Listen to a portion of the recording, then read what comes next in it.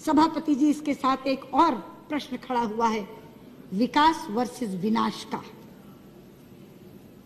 उत्तराखंड में विकास के नाम पर जो होड़ लगी है, प्रकृति से छेड़छाड़ करने की, पर्यावरण को प्रदूषित करने की, नदियों पर बांध बनाने की, ये उसका नतीजा है। हम किसके लिए विकास कर रहे हैं? हम अरबों खरबों रुपया खर्च करके विकास करते जाते हैं। प्रकृति एक दिन क्रोधित होती है और ऐसी विनाश लीला करती है कि सब कुछ तबाह कर जाती है। कब आंखें खुलेंगी हमारी? क्या इस त्रासदी के बाद भी नहीं? क्या इस आपदा के बाद भी नहीं? वहां एक धारी देवी का मंदिर है, उत्तराखंड की रक्षक कहा जाता है उनको। उत्तराखंड की रक्षक देवी धारी देवी, उन धारी देवी के ऊपर भी एक विद्युत परियोजना चल रही है, जिसमें धारी देवी को जलमग्न करने की योजना थी। हमारी पार्टी की नेत्री उमा भारती एड़ी चोटी का जोर लगा रही थी उस धारी देवी को बचाने के लिए। एक एक के घर जाती थी। आडवाणी जी के नेतृत्व में प्रतिनिधिमंडल लेकर के, मुझे साथ लेकर के प्रधानमंत्री जी के पास गई थी। पर्यावरण मंत्री से सैकड़ों बार मिली थी। हमें प्रधानमंत्री जी ने आश्वस्त किया, हमें पर्यावरण मंत्री ने आश्वस्त किया, किसी भी कीमत पे धारी देवी वहां से हटाई नहीं जाएंगी। धारी देवी की मूर्ति अलग है, मगर धारी देवी वो शिला है जिस शिला को बचाने के लिए हम कह रहे थे। लेकिन सभापति जी, आप जानते हैं ये मात्र संयोग नहीं है। मैं सदन के लोगों को बताना चाहती हूँ, उधर 16 जून को धारी देवी जलमग्न हुई। उसी दिन धारी देवी जलमग्न हुई और इधर केदारनाथ में जल प्रलय आया, जो ऐसा जल प्रलय आया जो हजारों जिंदगियों को लील गया, जो एक विनाश की लीला करता हुआ चला गया। हमारे शास्त्रों में एक श्लोक है,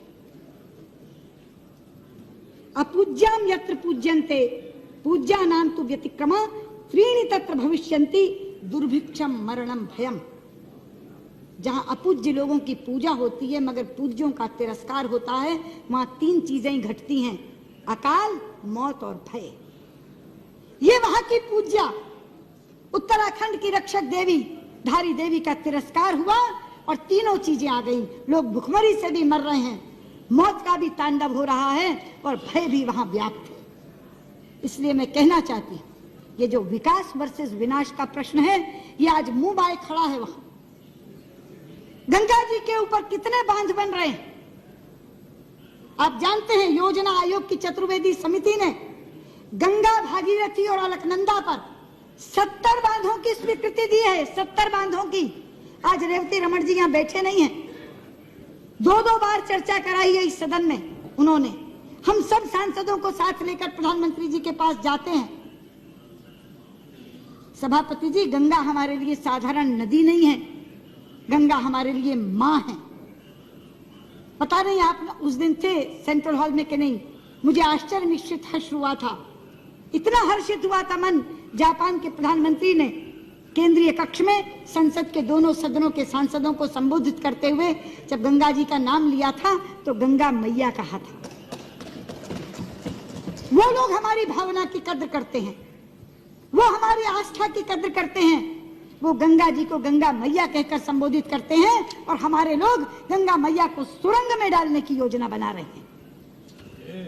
गंगा जी की धारा अविरल बहे, गंगा जी की धारा निर्मल बहे, इसके लिए हम लोग प्रयास में लगे हुए हैं। लेकिन गंगा जी को जो लोग सुरंग में डालना चाह रहे हैं, उस उत्तराखंड के लोगों को इस तरह की आपदाएं सहनी पड़ रही हैं, जिसका शिकार पूरे का पूरा देश बनता है। इसलिए मैं आज यहाँ खड़ी होकर ये कहना चाहती हूँ, धारी देवी को पुनर्स्थापित करने का काम करिए। मैं यहाँ से मांग करती हूँ, गंगा मैया पर बनने वाले सारे बांधों को निरस्त करिए। जितना मर्जी पैसा उस पर खर्च हो चुका होगा, जो पैसा आपके राहत और पुनर्वास पे खर्च होने वाला है वो उससे कहीं कम होगा। जितना मर्जी पैसा खर्च हो गया हो, मत दिखाइए हमें वो एस्टिमेट्स, मत बताइए कि इतना पैसा खर्च हो गया।